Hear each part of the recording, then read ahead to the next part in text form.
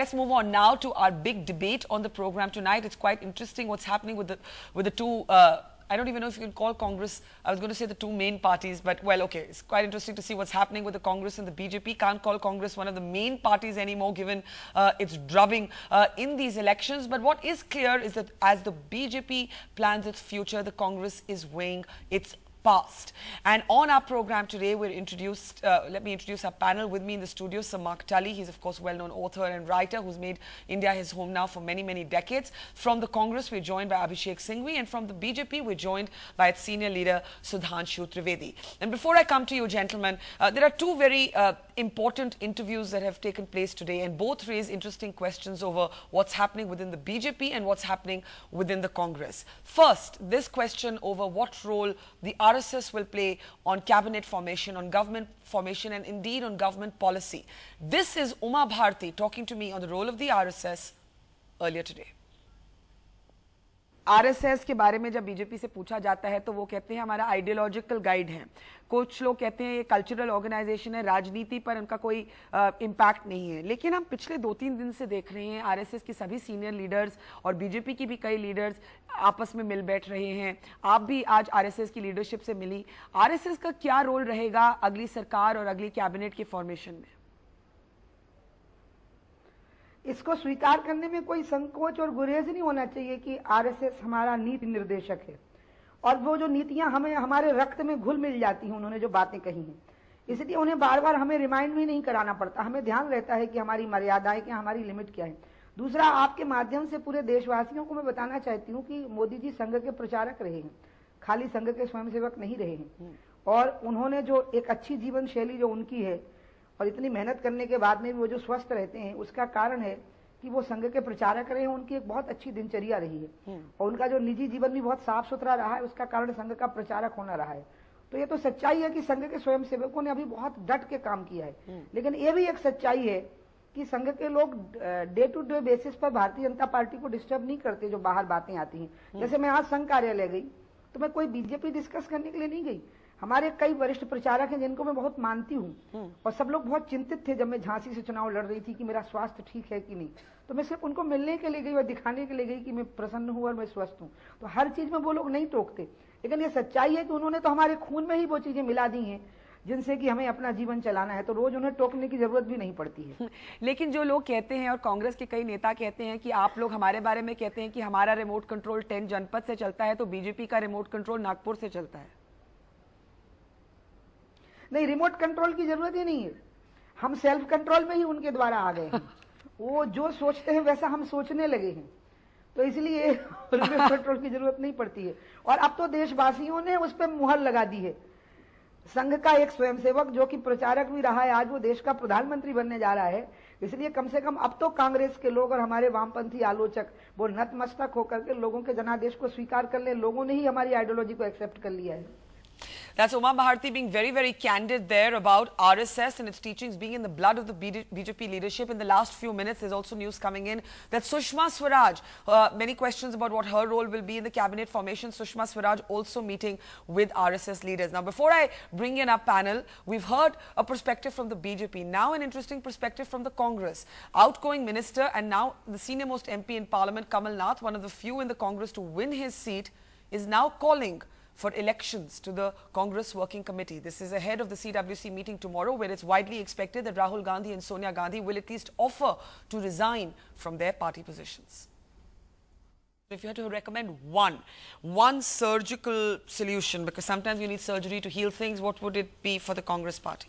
I think we should have a working committee which is elected, and Rahul Gandhi has been saying this for the last 2 years, that we should have a working committee which is elected, and all those who, to protect themselves, oppose this, are causing immense damage. I completely agree with Mr. Rahul Gandhi. We should have an elected working committee. Then this culture of people, who are being bestowed with patronage is going to end.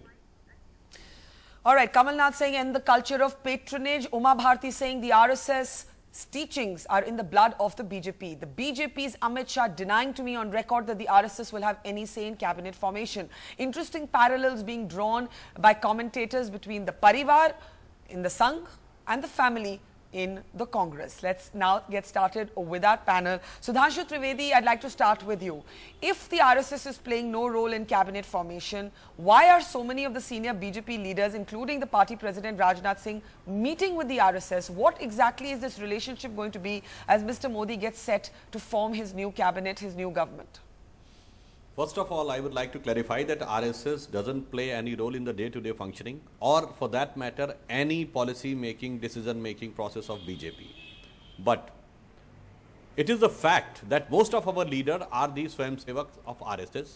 We draw our inspiration from the dedication and discipline of RSS, the ideology of the RSS, as Uma Bharti ji was saying, and we are proud that other than Nehru Gandhi family, the two tallest leaders in the post-independence history, Sri Atal Bihari Vajpayee and Sri Narendra Modi, who have rose to the stature at one point of time over and above the Gandhi family, both are the Swayamsevaks of RSS.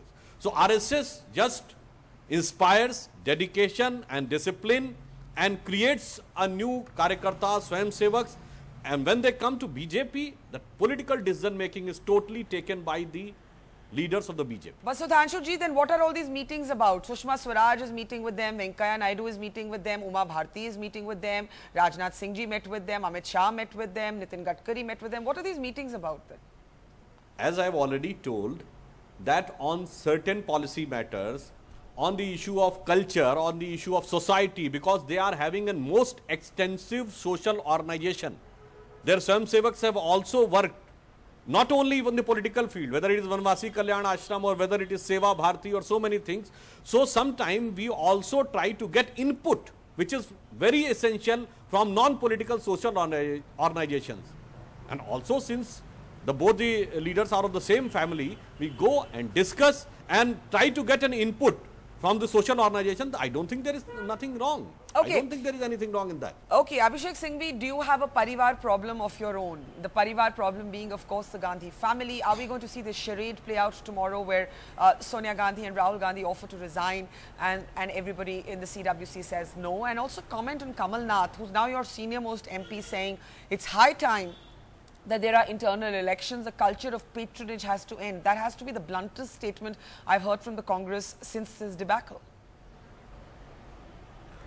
3 or 4 things, Barkha.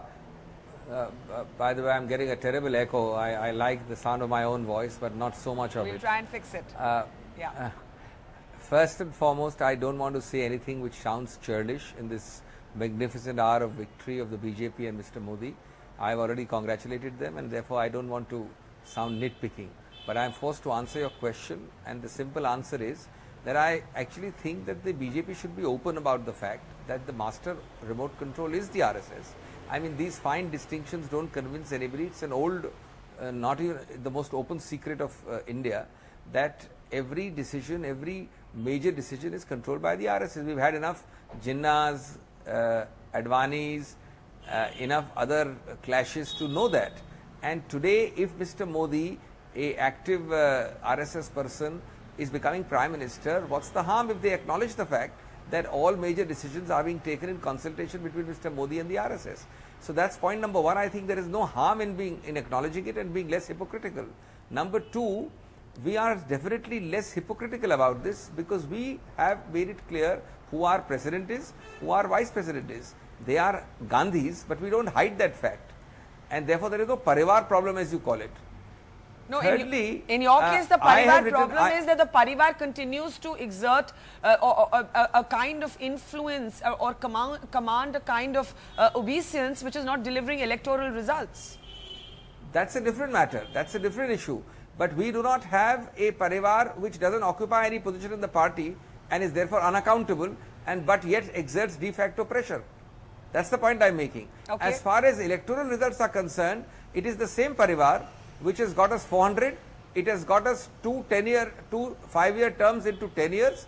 So if you have got 10 years and you won 21 assembly cases between those 10 years, 21 assembly states, then surely you can't just sit in the opposition once. That is not to say, Barkha, that's my fourth point, that we don't need surgical, absolute, clinical reform. I have one of the few who has written openly in the Hindu published article, yes, given 7 reforms. I've been very open about it. Okay. And I think each of those must be done. So you, I don't at all agree with reject Mr. Kamal Nath's. Do you agree with him? I do not reject Mr. Kamal Nath's. Can I just answer? Yes. I don't at all reject it outright. It is something requiring deep consideration. In principle, it may well actually be something I would like to be implemented. I would only add a small caveat. Yes. When you are in difficulty, when you are down in the doldrums as we are, you need to hasten a little slowly. You need to, build it up. There must be a reform every day, incrementally. But don't shake it up together so much that you are not able to come out of this depressive mode. Okay. So I would say in principle there's nothing wrong, but hasten a little slowly, carry people with you, and then yes, maybe in the immediate second phase after a few weeks or few months, you can do this election thing also. Okay. But that reform is vital, it is to be radical, it has to be clinical, surgical, without regard to consequences. I have no hesitation in saying, and you can read my 7 suggestions which are pretty radical. Okay, just briefly, Sudhanshu Trivedi, before I get Samak Tali in, to the accusation made by the Congress that you're hiding the levels of influence that the RSS is exerting. We all remember 1998. We are not hiding at all. But we all remember 1998 when the RSS stopped. I remember this, Jaswant Singh from becoming finance minister, just to give you one example. We are not hiding at all. If our leaders are going in open and discussing with RSS leaders, what is the point of hiding? We are not saying that when there is a defeat, it is for the local leaders, and when there is a victory, it is for their Gandhi family. So we are not going. In our situation, the defeat and the victory both are the collective responsibility, which is just the teaching of the Swayam Sevaks and the Parivaar. And one more point I would like to say, yes, though it is the internal matter of the Congress, yes, but if you look at the history, post-independence, every time when Congress got out of power, they faced a severe crisis and they got divided. Whether it was 1969, when they were out of power in certain states, yes, in 1979, when they were out of power in center, and 1990s when NCP and Tiwari Congress went out, then they were out of power by BJP. So now, since they are out of power, and that too with such a decimation, so in my opinion, there is a troubled time for them. Yeah, there's certainly troubled times, and that's an understatement. So, Mark Tully, when you look at both these parties, and as I said in my introduction, I was going to say the 2 main parties, and then I stopped myself because I don't even know if the Congress qualifies now to be the main opposition party. That's a decision the Speaker will. Certainly not the official opposition. Certainly not the official opposition. Do you believe that there is any parallel between the Parivaar of the Sangh and the Parivaar of the Congress in terms of all the influence being centered around these 2 power centers? No, I don't think there is myself. I think the two questions are different, and in a way that was made clear in Abhishek's answer. Yes. The Congress party is in the control of the Gandhi family, let's face it. And Abhishek said their role is open, and it's clear to everyone. The Sangh Parivaar is, in a way, as Uma Bharti said, in the blood of the BJP. But you could never say, for instance, that Atal Bihari Vajpayee was completely controlled by the Sangh. In fact, he was not. No. You couldn't say that Lal Krishna Advani was controlled by the Sangh. Because he still wrote his book on Jinnah. Yes. So I think this is the difference. You cannot deny, although I dare say Abhishek will deny it, but I would say you cannot deny that the Congress is in control of the Gandhi family. So are you actually saying that the Gandhi's control over the Congress is much more absolutist than the RSS control over the BJP? Yeah, I think it's of a different order. One is a sort of subtle, much more of a subtle, or not always that subtle, influence, yes, which varies according to the closeness of the person to the RSS, according to his own desire to be independent in the case of Atal Bihari Vajpayee. But no congressman can afford say to that be I am autonomous of the I am not Gandhis. loyal and in the control, in a sense. Perhaps control is too strong a word, but I would say it's not too strong a word. Very interesting. And Abhishek, I know your hand is up. Give me half a second. How do you see Mr. Modi then navigating this relationship? Because he's got a mandate where he can probably be his own man.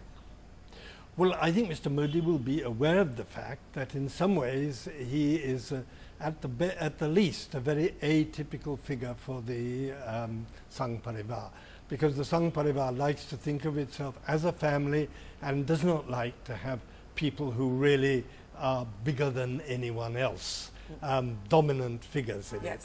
Yes. And there will be many people in the Sangh Parivaar all along who have been worried really about the emergence of Mr. Modi, because he seems to be the one guy who is almost above the Parivaar, almost above the BJP. Very interesting. So two interesting perspectives for both parties. Abhishek Singhvi, Sudhanshu Trivedi, let's take it back to you. Mr. Singhvi, go ahead. A very interesting point being made by Sir Mark, that, you know, you can still be a BJP Prime Minister who deviates or who establishes an autonomous space, autonomous of Nagpur, autonomous of the RSS, but in the Congress you can never be a substantive leader who's autonomous of the Gandhis. Let me tell you in what context I partially disagree with my very good friend Mr. Tully, and I have great respect for his political analysis, but I think he's got it wrong partially for this reason. Look, we are not talking of routine things. We are not talking of ordinary day-to-day life decisions. Please tell me, over the last 100 years or 80 years history, a single time or case when push has come to shove, when any major decision is involved, that the RSS has not prevailed, or that those who oppose the RSS have prevailed. Mr. Advani, as president, and at that time a far more powerful and non-effete president than the person he now is, had to succumb as president to the RSS for a mere remark he made. Mr. Vajpayee could never actually take a decision. It took 2 years before he could replace Mr. Yashwant Sinha with Mr. Jaswant Singh in a totally different context. Tell me a single major decision. So when push, obviously, where the RSS doesn't want to exert itself about an individual decision, nobody is saying. The test comes where there is a real collision, and where there is a real collision, the RSS always prevails. But that's about the RSS. Complete, what about the Gandhis? But it is unaccountable. It is unaccountable. Okay, that's your perspective. Because it is not the actual party president. What about number two? Number two, I do agree with him that Mr. Modi is perhaps the only person, and he needs both kudos and eventually may get criticism for it. He's the only person in Indian history of politics who has transcended his own party, and he may well transcend the RSS, which is where the problem will start. Because today there are a large number of people out there who have voted not for the individual parliamentary candidate. In fact, I know people who hate the candidate, but have voted for that hated candidate even only because they think they are voting for Modi. No, that's a fair point. So a man who transcends the party and is likely to transcend the RSS itself is both a plus and a threat. And that's the future which they have to beware. As far as the Gandhis are concerned, as far as the Gandhis are concerned, the Gandhis are the president and the vice president of the party. They have proved time and again to be a cementing force in the Congress. In the ultimate analysis, let me tell you, no Gandhi, or for that matter Nehru, has tried to stick on to the post. That's the fundamental point you forget. There has been a lot of jaddojihad and people saying, no, they must be there. But there has been never a forced entry. On the contrary, if anything, Mrs. Gandhi denied all the forces to become Prime Minister. Okay, I think so. Therefore, you find a situation where the Gandhis have actually not really, in that desperate sense, looked for the post. But you know, they have been seen by Congress persons as cementing forces and therefore necessary for the benefit of the party, which is a call the Congress takes. May I interrupt and if you win 21 assemblies with them, you have to take the good with the bad. But the point, the point, Abhishek, and is that some would say that they have wielded power without responsibility, and therefore it's not exactly renunciation. But tell me only 1 second, Barkha. Tell me how, in constitutional sense, legal sense, or de facto sense, can you wield power without responsibility? I'm going to let you are a party president up front. I'm going to let Mark Tully come in. The only difference is, Abhishek, I think you've had your say. The only difference is that Mr. Jitendra Prasad fought the election also. Okay, we're just getting Sir Mark Tully's mic back onto him. Can we just get Sir Mark Tully's mic back onto him, and then we will bring in Sudhanshu in the meantime. Sudhanshu Trivedi, while Mark Tully is of course disagreeing with Abhishek, and we'll get him to come in just a moment, respond to what Abhishek Singhvi is saying and Sir Mark Tully has said about Modi being larger than the party, Modi being larger than the Parivaar. Actually, what happens, those who do not understand BJP or those who do not understand Parivaar, they come to this type of conclusion very early that someone has become larger than Parivaar and others. Number one, Modi ji cannot be seen in separation or in isolation with BJP. When Modi ji himself acknowledges and feels pride of being his RSS descendancy, there is no question of taking itself as a separate entity. And the other thing, I think the comparison between the Gandhi Parivaar and Sangh Parivaar is not fair at all. The Gandhi Parivaar already assumed power for 3 generations. Yes. And finally, by force of circumstances, they were unable to hold the power position, or they couldn't dare to hold the power position. Then they were keeping away. On the other hand, the RSS never assumes any post, and they never try to assume any position. Yeah. They used to a phrase, Prasiddhi Parangmukh in Hindi, or you can say in Sanskrit, it means away from popularity and power. The Gandhi Parivaar retains authority by belittling the leadership, like Rahul Gandhi tearing apart the ordinance or ordering in Talkatora that Prime Minister, Pradhan Mantri Mahoday, mujhe 3 cylinder chahiye. On the other hand, RSS inspires and creates leadership. There is a vast difference between those two. I don't think there is any common point of comparison between these two things, that Gandhi Parivaar and Sangh Parivaar. Okay. Mark Tully, on Abhishek's point that the Gandhis have on more than one occasion given up power. Well, they haven't actually given up power, and on any occasion that I can remember realistically. But that isn't really the point. The point of the matter is that ever since Indira Gandhi came to power, almost ever since Indira Gandhi came to power, certainly since the 1971 election, the Congress party has been in the hands of the Nehru Gandhi family. And without elections to it, even without internal elections. That you could not query their leadership. You could not, you had to be utterly loyal in the end to the family, or you were out. As far as the Sangh Parivaar and the question of Vajpayee and Jaswant Singh, yes, of course, there have been occasions, but I would still say that there is a tremendous difference between the control that the Gandhi family exercised over the Congress party and the situation with the Sangh Parivaar. And I'm not saying that Sangh Parivaar has no influence or anything like that. It is a different situation. But is there a conundrum for Modi as he begins putting together his government? He has been elected on development. I think Abhishek is right in saying that people have voted sometimes not even knowing or liking the BJP candidate because they wanted to see Modi as Prime Minister. The slogan has been development, but there will be influences in the larger Sangh Parivaar who will want Hindutva to come into policy making. How do you see Mr. Modi navigating this? Well, I think that this is going to be a difficult thing for him to navigate, definitely. But can I just say one thing about Modi before? I think it's, really a bit steep to say that Modi is, in a way, just an ordinary member of the party. I mean, when you're talking about elect a Modi government, not elect a BJP government, well, that spells it out very simply and straightforwardly. As for trying to balance, well, this is going to be a problem, because if the Sangh Parivaar's influence becomes too obvious, that'll be a problem, because you'll have the dual loyalty issue. You'll go right back to where you were with the Janpath party. So that will be a problem. The other thing which will be a problem, I think, is that both within the country and internationally, if Hindutva becomes too much of an influence, or if Modi goes too far down the Hindutva road, this will cause a great deal of disquiet and alarm. He's not likely to want to do it if you look at the focus of his campaign. No, I don't think he is at the moment. No, not at all. I mean, I think that Modi has won this election on 2 words, really. Change. Everyone seems to want to change, and vikas, or development. And I think he will, my own view is he'll stick to that agenda. That's what got him there. Let me take that back to Sudhanshu Trivedi. Sudhanshu, I think Sir Mark Tully is being fair, that there is influence, but there are people who have said no. But there is really no point being politically correct about the fact that this is Abki Baar Modi Sarkar. It's not Abki Baar BJP Sarkar. No, there was no point of discussing on that. If you remember, the last time in 2009, we were having Advani ji as the leader, and in every poster Advani ji was there. Majboot Neta Nirnayak Sarkar.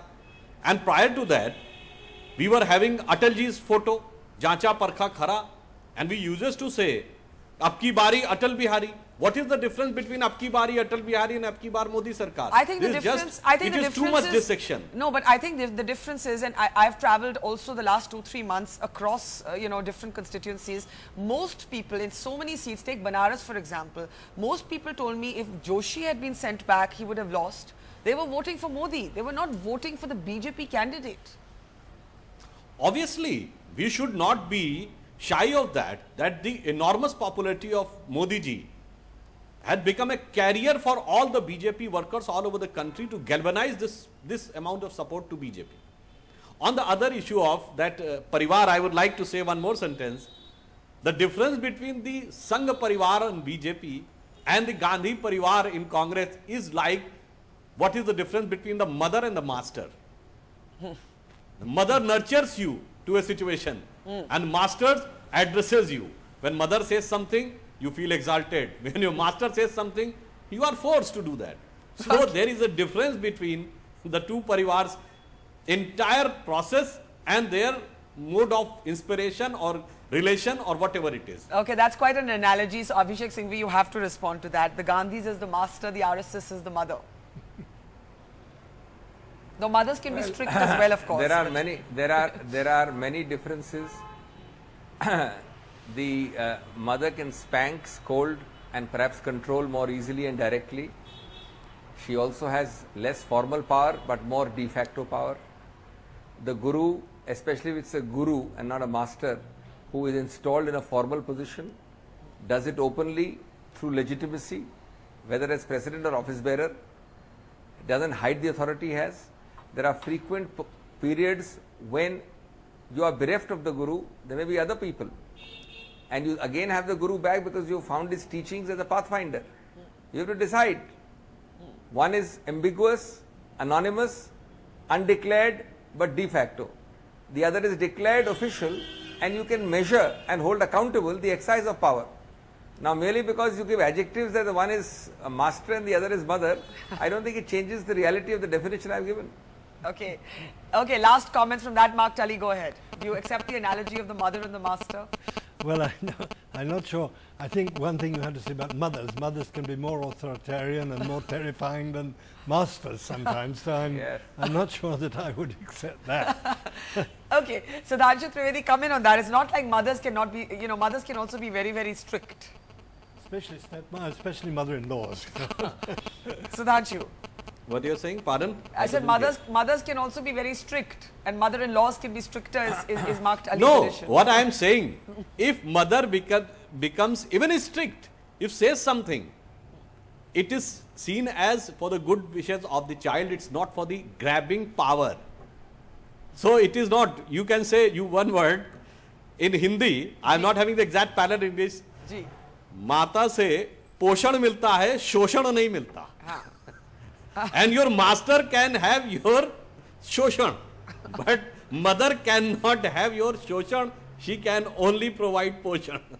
Okay. Mark Tully, last words to you as we start ending this discussion.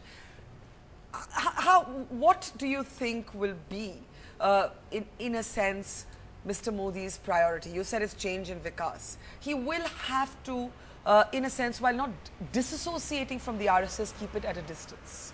Well, yes, I think so. But I think that let's think of his immediate priorities, leave the RSS out of it for a moment. I think really top priority, wherever I have been, and I haven't travelled extensively, particularly Mangai, inflation. Inflation, That's what people are really most angry about. And I think his top priority should be that.